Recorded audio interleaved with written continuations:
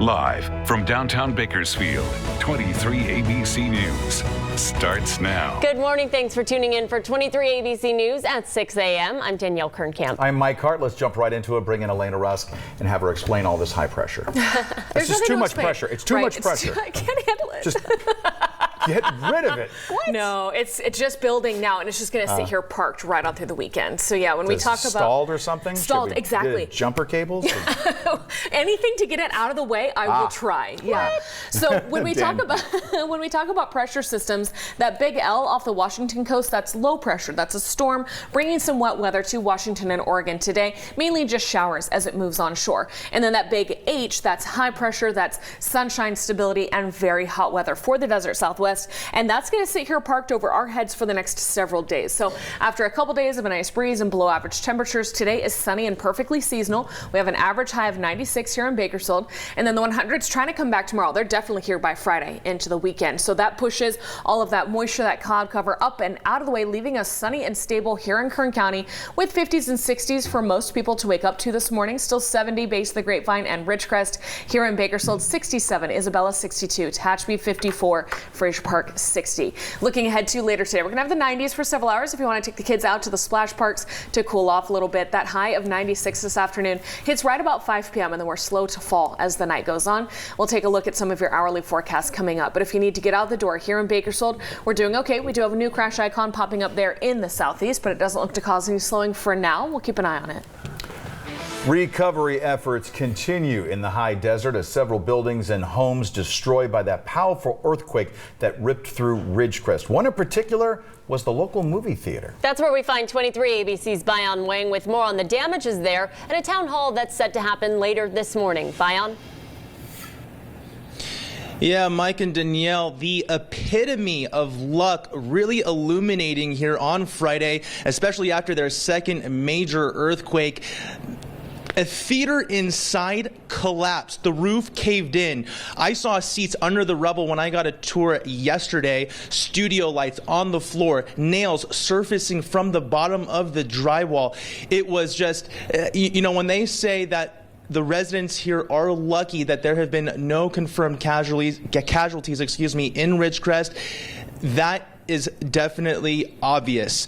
And this is one of 55 red tagged properties that the police chief has told me is no longer safe for people to occupy.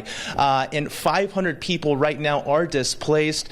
Several from Trona coming down here. They're without basic necessities, without gas, without water. They've been coming here to the Kerr McGee Community Center, and the police chief telling me that there is going to be a town hall in Trona at the Trona High School at 10 a.m. Republican Senator Shannon Grove got a tour of the area yesterday, and she told me that the damage is substantial. For now, live in Ridgecrest, Bayan Wang, 23 ABC, connecting you.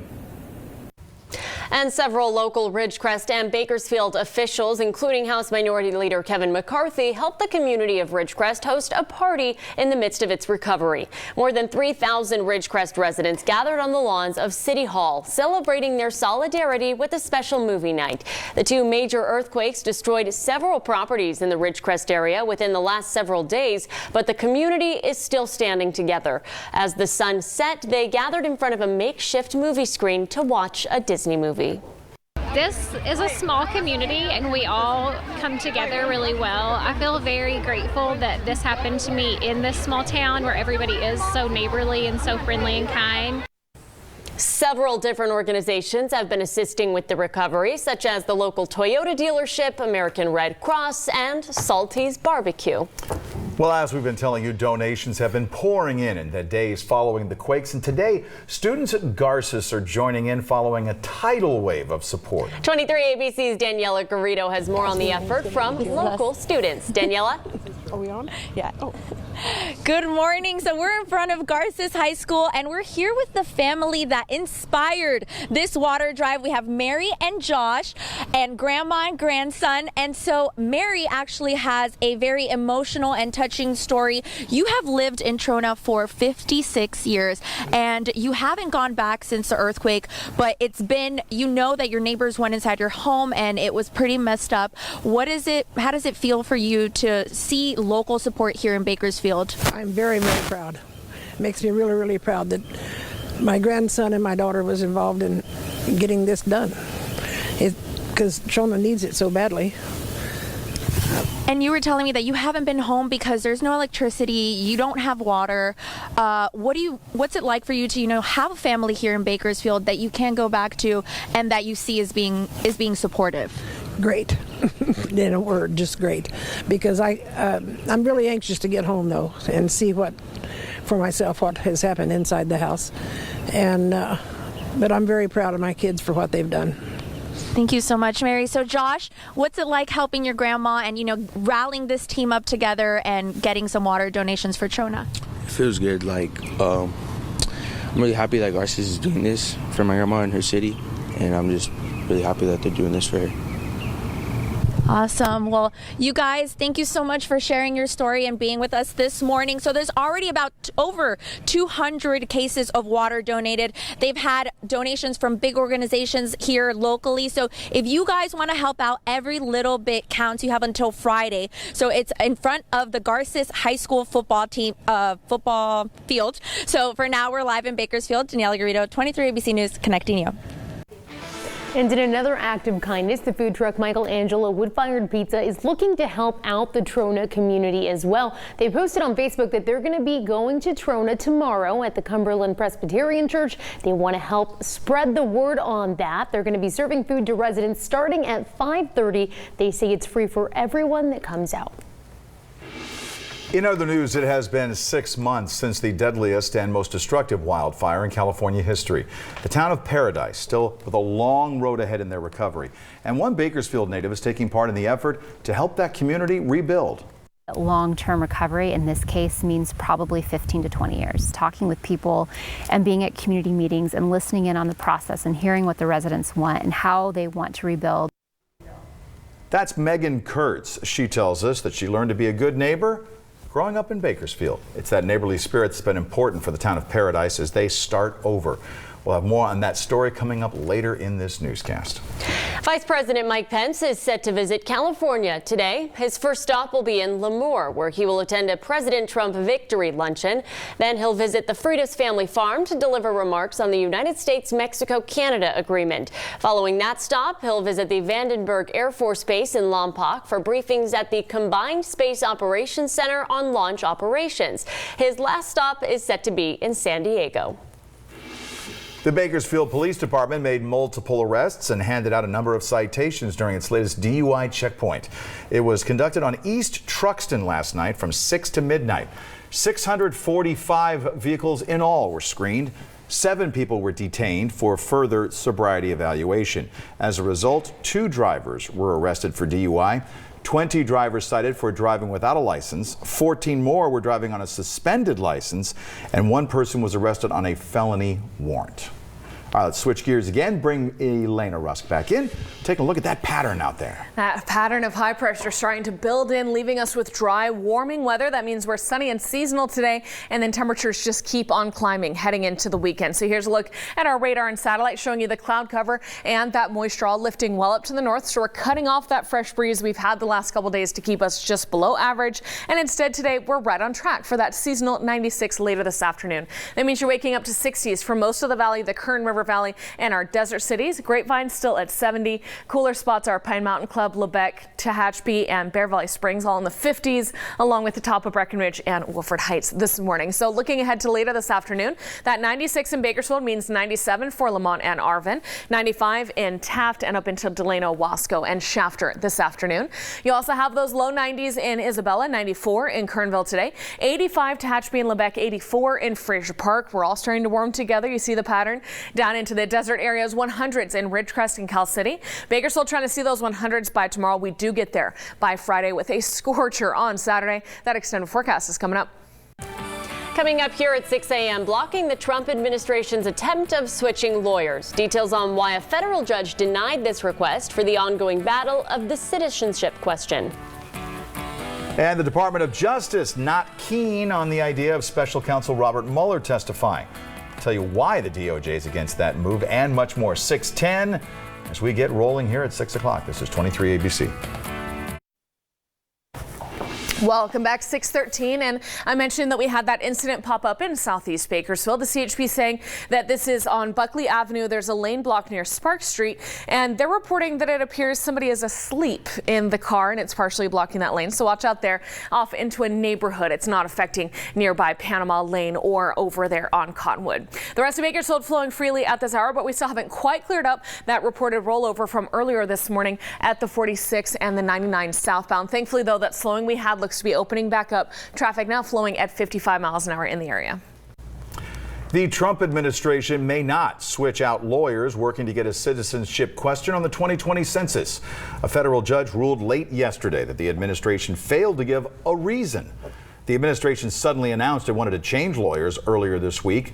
That announcement came after the Supreme Court blocked the administration from adding the question, and after the Trump administration said it had a new strategy to get around that ruling.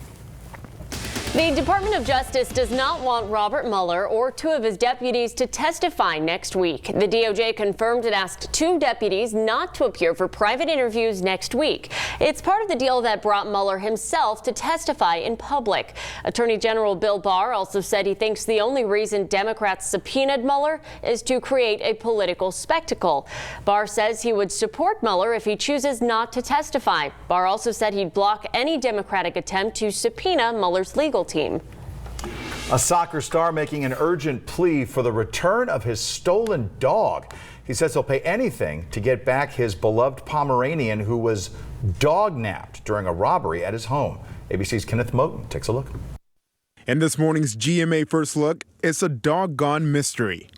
That's soccer star Daniel Sturridge taking to Instagram asking his 3.5 million followers for a bone to help find his missing pooch, Lucci, after three hooded figures seen here in the surveillance video broke into his Los Angeles home.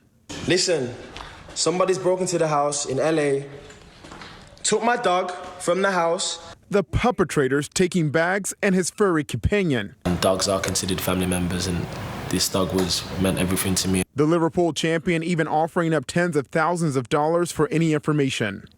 Listen, whoever knows who broke into my crib, I'll pay you anything. I'm dead serious. And coming up at 7 a.m., we'll tell you why dog nappings like this one are more common than you think. With your GMA First Look, I'm Kenneth Moten, ABC News, New York. In other news, students from low-income Texas families will now be able to attend the University of Texas without paying tuition. The university's Board of Regents unanimously voted to create a $160 million endowment for financial assistance. Beginning in 2020, students whose families make less than $65,000 a year will be eligible to get aid. The board's chairman said the endowment will improve access to higher education by making a UT degree more affordable. Meantime, cars were submerged in floodwaters in Nebraska after heavy rain caused some flash flooding. From Monday night to Tuesday morning, Kearney received more than 4 inches of rain. Kearney police chief tweeted that his officers assisted at least 25 stranded motorists, towing 15 vehicles that were abandoned or stalled. The National Weather Service has issued a flash flood watch for a portion of south central Nebraska, including Kearney, through this morning. It's incredible to see cars driving through it, too.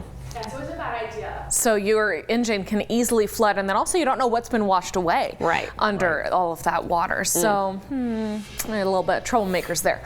All right, let's take a look at our weather this morning. We have 60s here on the valley floor, 70 at the base of the Grapevine Ridgecrest. Now it's 68 with 60s for the rest of the desert, 60 in Isabella and Keene, 50s for many other mountain locations at this hour. And we're sitting here very calm and quiet in Kern County. The moisture, that fresh air being pushed up out of the way as high pressure dominates. So this for our pattern means that we are just baking under the summer sun for the next week. But the problem with that high pressure sitting there parked is that it is creating a problem for this system down to the south. Not quite a hurricane just yet. It's a tropical depression almost. I'm not going to get into the split hairs of it, but basically a tropical-like system sitting here parked, and it can't make a move because that high pressure is just sitting there. So as a result, we're going to start to see some big concerns with flooding and possible storm surge for our southern states today into the next couple days. For us here at home, that high pressure builds in today, more so tomorrow. So we're trying to get to 100 tomorrow. We definitely get to those triple digits by Friday, with Saturday being the hottest day of this trend as that high pressure sits there, leaving us baking under that summer sun. From 96 today to 100, possibly tomorrow, maybe 99, 103 Friday, 107 now in your Saturday forecast, 104 Sunday, and then a slow fall early next week. We finally get a fresh breeze on Wednesday that will try and take us just below average to 96. You see Thursday 97, next Friday 98. That 98 is average for that time of year. So even though 104 is only 6 degrees above average, that's still really hot for us, and that all comes with that air quality too. 90s in the Kern River Valley through Friday. We're going to try to get to 101 there in Isabella on Saturday. Tehachapi and Fraser Park 80s today and tomorrow, and warming 90s Friday, Saturday, Sunday there in Tehachapi. These temperatures all about 10 to 15 degrees above average up there. In other news, Ford is recalling about 58,000 Focus vehicles in North America to fix what they're calling a powertrain software issue that could cause a deformed fuel tank. Now, the automaker said it wasn't aware of any injuries or crashes associated with it. Now, this affects certain 2012 and 2017 Focus vehicles with a 2-liter GDI engine. It's also affecting a 2013 through 14 Focus ST vehicles with 2-liter engines. Still to come on 23 ABC, a nail-biting finish in the MLB All-Star game. Which team prevailed? Sports is next. Welcome back. Let's take a live look from New York City, where in just a few minutes, thousands expected to line the streets to celebrate the U.S. women's national soccer team. They're just fresh off their second straight World Cup championship.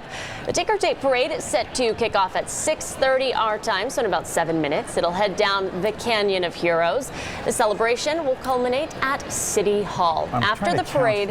I'm sorry, go ahead. You're trying to count the people? I'm trying to see if we're like, 5 deep, 10 deep? Oh, it's a lot. Wow. After the parade, the ladies then fly to LA for the ESPYs, which air tonight on 23 ABC. Yeah, the NYPD's going, hey buddy, can you move the van? Yeah. Shot. Yeah, just back it right up there. There you go. All right, the brightest stars in the major leagues hit the field for the All-Star game, and it came down to one run. 23 ABC Sports Director Carrie Osep has that and more in your morning sports wrap. Welcome into 23 ABC Sports. Monday night, Major League sluggers treated us to a home run derby for the ages, including a Pete Alonso walk-off win and a triple tiebreaker with this guy, Jock Peterson and Vladimir Guerrero Jr., who also belted a record 91 homers. Well, yesterday, the focus was on the All-Star game, which featured a number of players from the league's leaders, the Los Angeles Dodgers. Well, before things got started on the field, Angels' Mike Trout wearing jersey number 45 in the game, and other players wearing number 45 patches in remembrance of Tyler Skaggs. Well, to the action on the field, bottom of the second, Michael Brantley for the American League drives one into the gap in left off of Clayton Kershaw for the RBI double and the first score of the game. It is 1-0 American League with that safe at the home plate. Then in the sixth, 2-1 American League, Carlos Santana grounds one to the right side. Max Muncy makes a diving stop in shallow right, fires it to first in time for the out. Looking good coming out of the dugout there. Then in the eighth, with the bases loaded, Pete Alonso hits a shot back up the middle that gets into center for the 2-run single, cuts the American League to 4-3. Then bring in Aldroyce Chapman, striking out the first 2 outs in the ninth, and that was including Muncy. Then former Cleveland Indians and current New York Yankees pitcher CC Sabathia comes out to the mound to check on some things. Sabathia would leave the field to a rousing ovation as Chapman finishes the deal as the American League takes it 4-3. Here was manager Dave Roberts after the game on Sabathia's moment. To see CC back home where it all started for him, what he did for the city, and for Major League Baseball to recognize that, to have him be an honorary All-Star. I think that's fantastic. Of course, this is CC's last year in Major Leagues. Pretty cool to see that. And most of these teams, they'll get back to the field on Friday and this weekend, with one game being played on Thursday, so not too long before the action hits the field again. Well, anyone missing hockey? Well, good news. Now we know things will be starting to heat back up here in Condors Town as the Condors announce their home opener for the next season.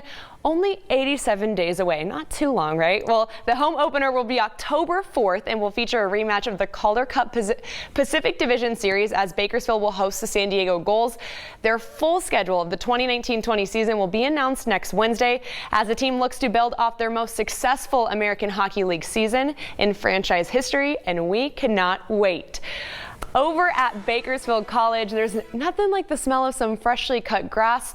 Well, in this case, it's new turf. The Renegades revealed on Twitter yesterday some photos of the beginning stages of the installation for artificial turf, a new look for Memorial Stadium, and it's looking pretty sharp, which has been closed since April in order to start this renovation. Phase 2 of the project will include updates to restrooms, concession stands, the press box, and of course, a new scoreboard, and that will begin next off-season.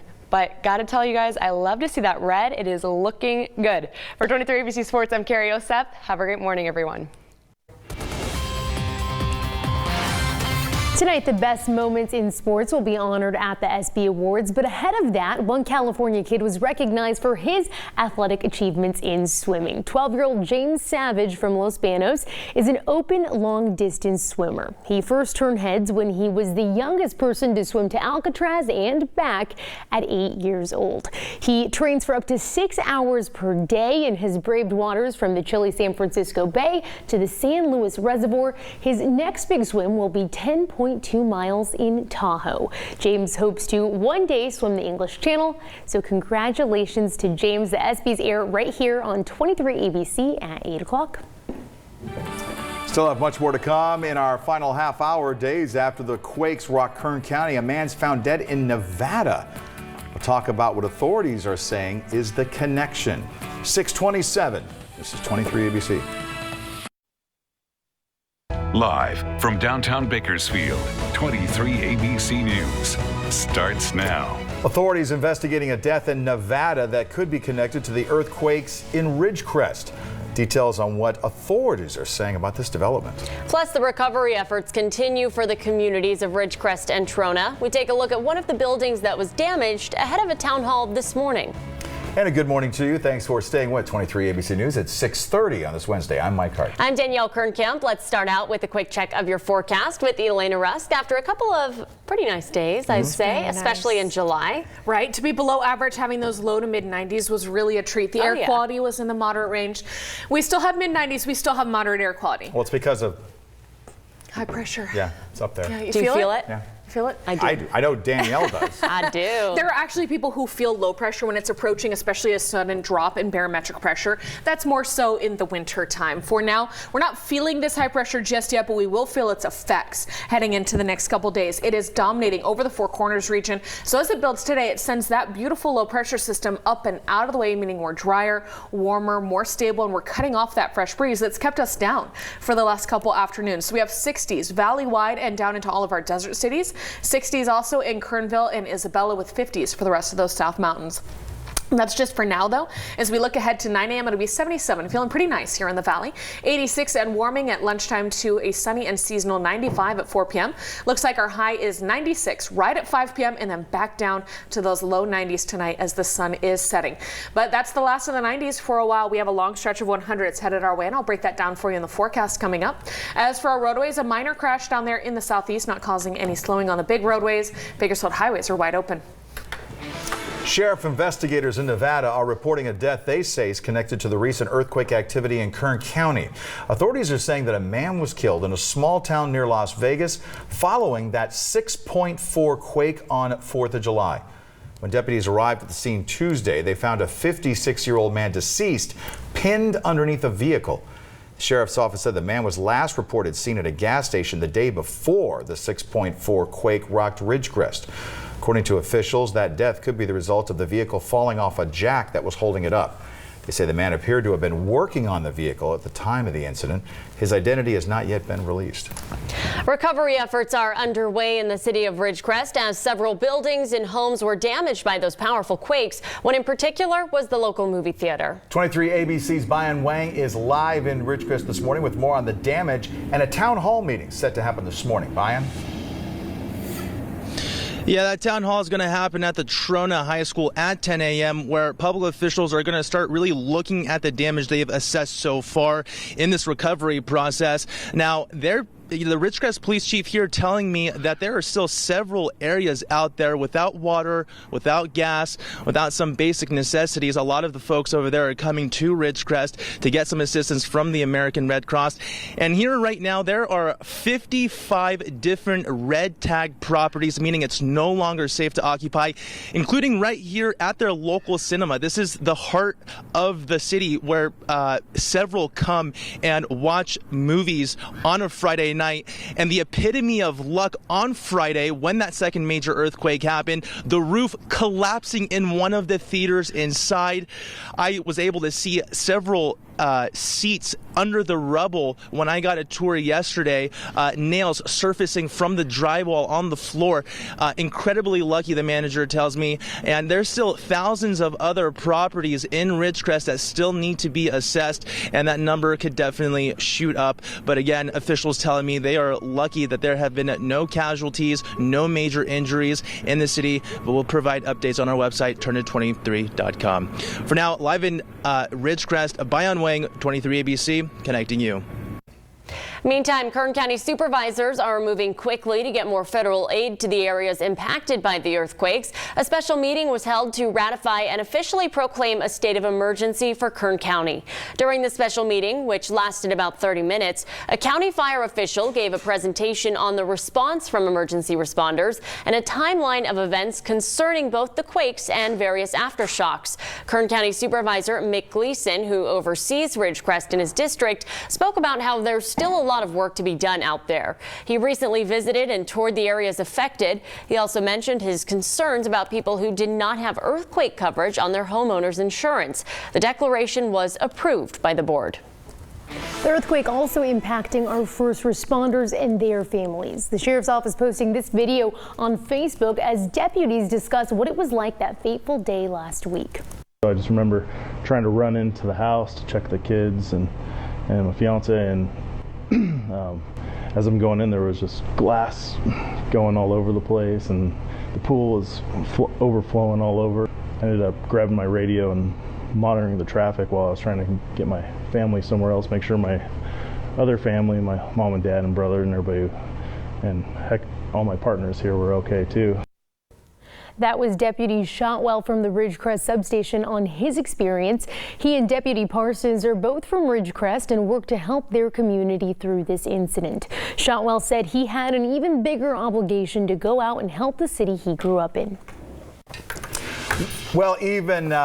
Well, I should say help is pouring into the high desert area. Garces students held a water drive over the last few days, and today they're headed to Ridgecrest to drop it off. 23 ABC's Daniela Garrido has more on the effort from local students. Daniela? Good morning. That's right. Garces High School has been doing a water drive to help the Trona and Ridgecrest communities cope with the aftermath after the earthquakes. And while we're here with Coach Stone, and we have John Paw, he's one of the football players for Garces High School. So, Coach, tell us a little bit about what the water drive is all about and how you guys have been able to get so many donations. Well, you know, we've had a family of a freshman football player that is from Trona in the Ridgecrest area, and they started it, and then John Paul and some of the kids just started having an idea on how can we help the community, and we as a Garces football program are just extremely proud of how the kids have stepped up and the community stepped up. It's just for a great cause. And it's been quite a success. How many water cases do you guys have out here already? Well, we have over 200 cases of water and over 300 individual gallons of water. The 300 gallons of water were donated by Mercy Hospital downtown. 40 of the cases were donated by Advanced Beverage, and then we also have a over 40-foot flatbed trailer donated by American Off-Road to come pick up up everything Saturday. So it's a great showing by the Bakersfield and Kern County communities. That's awesome. And John Paul, what's it like, as one of the football players, being a part of this and getting your teammates together to encourage people to bring out these water cases? It's really great that we all just come together and we have to do this for the community. It really just shows what Garces is all about and how we help everyone out. And this is your home, so tell us a little bit. If someone wants to come out and donate, where should they go? 101 Pasta Tiempo Drive, right across the street from the football field, and just look for the big G on the side of the house. Great, and I think you can see it behind me because I'm that short and I'm next to these big football players. So if you guys want to help out, then that is the address. You have until Friday. That's the last day that they'll be accepting donations. But for now, we're live in Bakersfield. Daniela Garrido, 23 ABC News, connecting you. So great. Thank you, Daniela. Okay, so let's talk about this ridge of high pressure building in from Texas that's going to park itself over the Four Corners region for the next several days. So we're already in a dry pattern, but we will continue to stay parched and get sunny and really hot as this high pressure dominates the next several afternoons. So this is beginning our next heat wave of the season. We had one in June. This is looking to be our second one for the summer. Kind of nice that we've made it to almost mid-July and only had 2 to talk about. So with all of that fresh moisture pushing up to the north, we're at 67 right now for you to have breakfast with us. That's about the same as yesterday, but will be a little bit warmer than yesterday. So if you're running errands, you can enjoy those 70s through 9 a.m. this morning. If you're working, maybe get out for lunch because it'll be 86 at noon. That's pretty nice. Warming under sunny skies and then getting a bit hot. So for the kids at the playground, by 3 p.m. it's at 93. You need to check the heat of the equipment because as it continues to bake under the summer sun, it'll be a little hard to play at the parks the next several afternoons. Here in Bakersfield, 96. That's perfectly average at 5 p.m. And then we're falling down to the low 90s at 7:30 if you're heading out to Friends, the musical parody at the Bakersfield Fox Theater tonight. By the time they're wrapping up at 9:30, it'll be about 86 out there, taking all night for us to fall to a low of 70 heading into early tomorrow morning. And then temperatures are all up from there. Take a look at those widespread 100s coming up. It's time for the closing arguments in the case of a man who abducted and killed a nanny in Florida. Here's a preview. I'm Vinny Politan. Coming up today on the all-new Court TV, we have reached closing arguments in the Nanny abduction and murder trial. Who made a better case? How much of an impact did Scott Nelson's testimony and his outbursts have on the jury? We're live in Orlando as 12 men and women decide whether or not Scott Nelson lives or dies. That's coming up today on Court TV. Still to come, a woman from Bakersfield doing her part to help rebuild paradise. We're going to show you I'll take a look at the long-term recovery efforts for the town following last year's campfire. That story and more next. Welcome back. Live look from New York City. Somebody want to move the globe so we can see everybody up there? Oh, tens of thousands, hundreds of thousands. There are a lot of people in New York to celebrate the U.S. women's soccer team and their World Cup victory. 2 in a row as they're just taking it on. Wave, people. Wave. They're Snapchatting. What are they? No, but they're like talking amongst them. Turn and wave. Oh, See, there you go. A couple of them had the right idea. Yeah. Oh, we got so the bus exciting. too. We got the double-decker bus. That's always fun. So this was their second straight World Cup championship, Right. their 4th overall. Exactly. The parade kicked off at about 6:30 our time. They're heading down the Canyon of Heroes, and then the celebration culminates at City Hall. And after that, they fly to LA for the ESPYs. See, this floats much better. There's not a giant globe blocking everybody. Yeah, and they're all waving too. Yeah, well, they are. Yeah, that is so They've exciting. got to be exhausted. Yeah. Oh, absolutely. The Worth adrenaline's starting to wear off right about now. Probably. Until the ESPYs tonight on 23 ABC. Oh, but they are going to take that private plane to LA, right? Hopefully. That charter flight. They'll nap there. Yeah. Good for them. So, hey, let's talk about our traffic where all of those highways are running in the green. Out at the Rosedale Highway and Fruitvale area about 25 minutes ago, we had a report of a vehicle that hit a person on a bike that resulted in moderate injuries. But the CHP now reporting that the roadway is clear, and that's why things are running in the green there once again.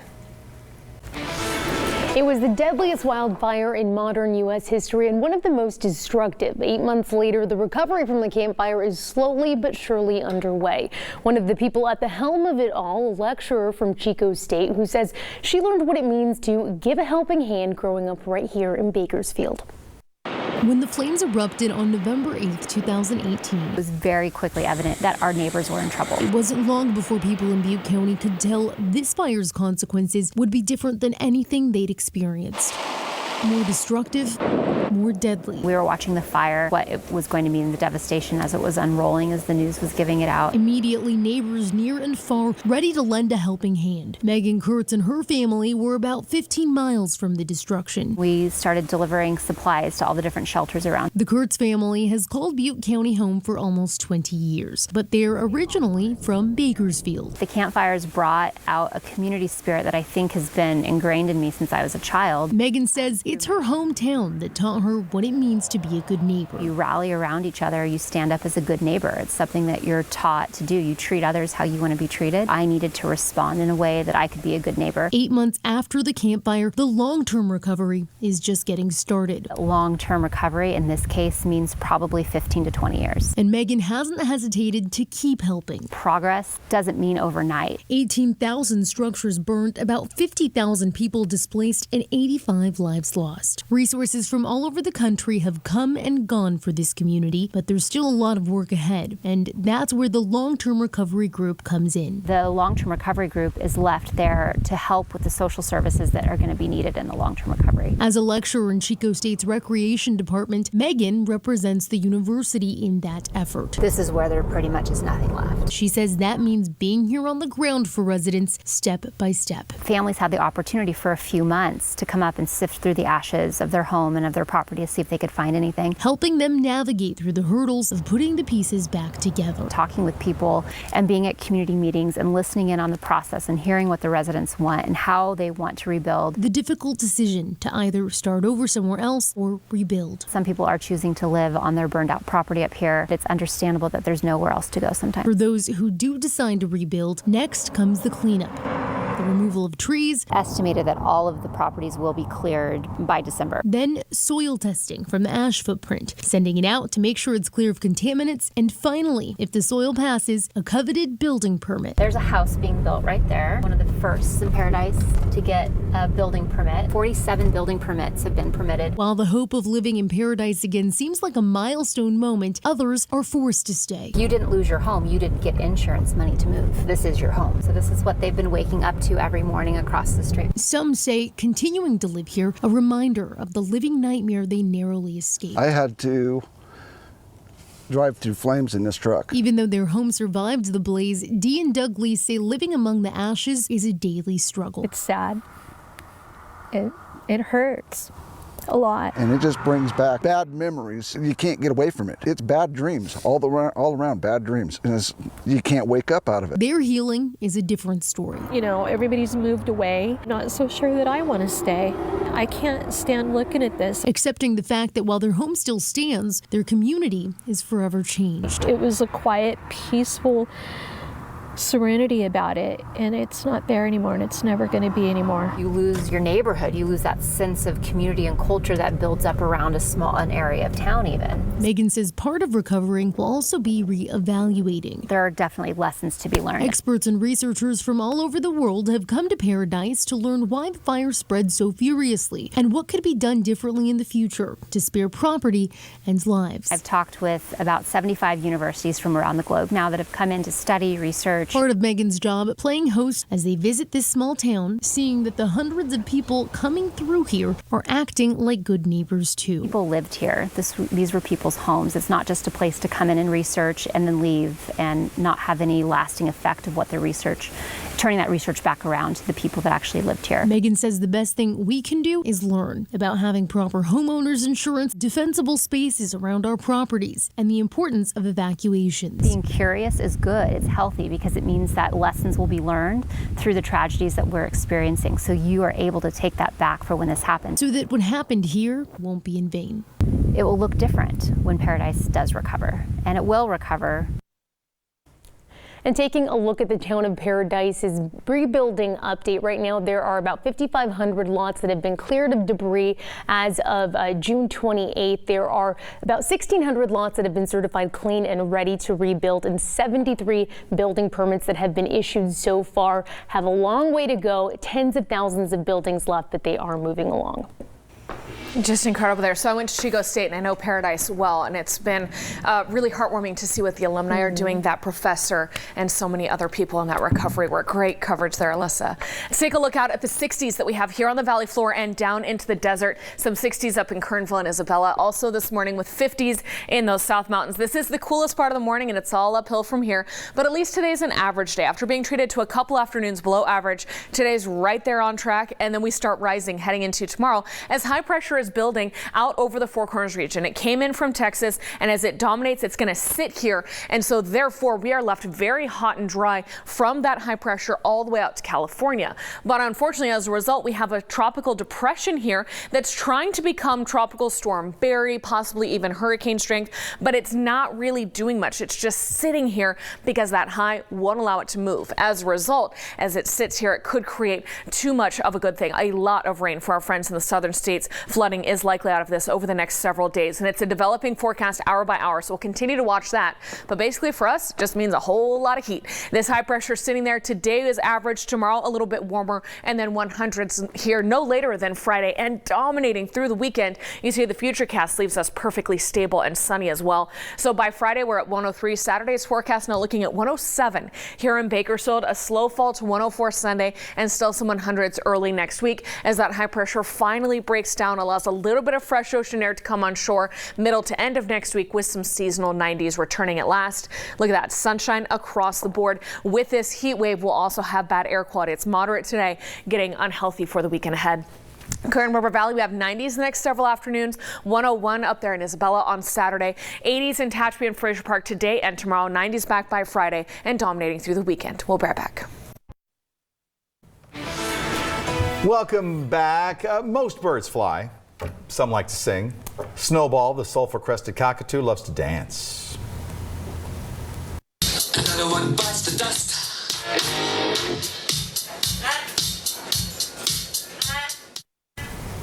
Yeah, rocking out some Queen there. There you go. It's a favorite for Snowball. Let's loop through a series of head-banging, toe-tapping, wing-flapping sequences. Oh, yeah. And right on the beat. Yeah, he's good. On the beat. It's not all for show, though. Scientists have been studying Snowball's gestures apparently for a decade. They say he's got 14 moves. 14. One of which went viral in 2007, rocking out to the Backstreet Boys. Everybody. All right, this story here, it smells like a whole lot of karma. Police officers in Missouri were able to sniff out a suspect who was wanted for a warrant out of Clay County. This is too much. Okay, the Clay County Sheriff's Office posted on Facebook saying, if you've got a felony warrant for your arrest, the cops are looking for you and you have to pass gas so loud it gives up your hiding spot, you're definitely having a poop emoji day. Can you imagine? I can't believe you just read that. Too much stress. That's like, not a thing. Wow. I can't believe we made you read that and not Mike or something. That was mean. You know what's sad about this? The minute that she started talking about this story, I went online and I was like, are there any other gags? And there was a guy who had an electronic noisemaker that he put in his pants, and he was walking through an airport setting it off as he walked by people. All the smiles and laughter, because you were saying you gotta have a sense of humor in most situations. Laugh at that. I mean that's karma. Laughing. That is karma. Yeah, he wanted a warrant for a controlled substance or something like that. Yeah, he had a felony warrant. He was hiding, and so that's what happens. Yeah. They said it was a very audible one too. So like, of course, I have brothers, so I'm like, was it like a like? Okay, now we're really. Hey, let's take a last look at the weather. It's just so funny though. So we're in the 60s here on the valley floor, out into the desert and up in the Kern River Valley. 50s for the South Mountains, and then we have some 100s trying to go back tomorrow. They're definitely here by Friday. Yeah. Talk about this at the water cooler. Sorry if you're eating breakfast right now. We're out of here. Have a great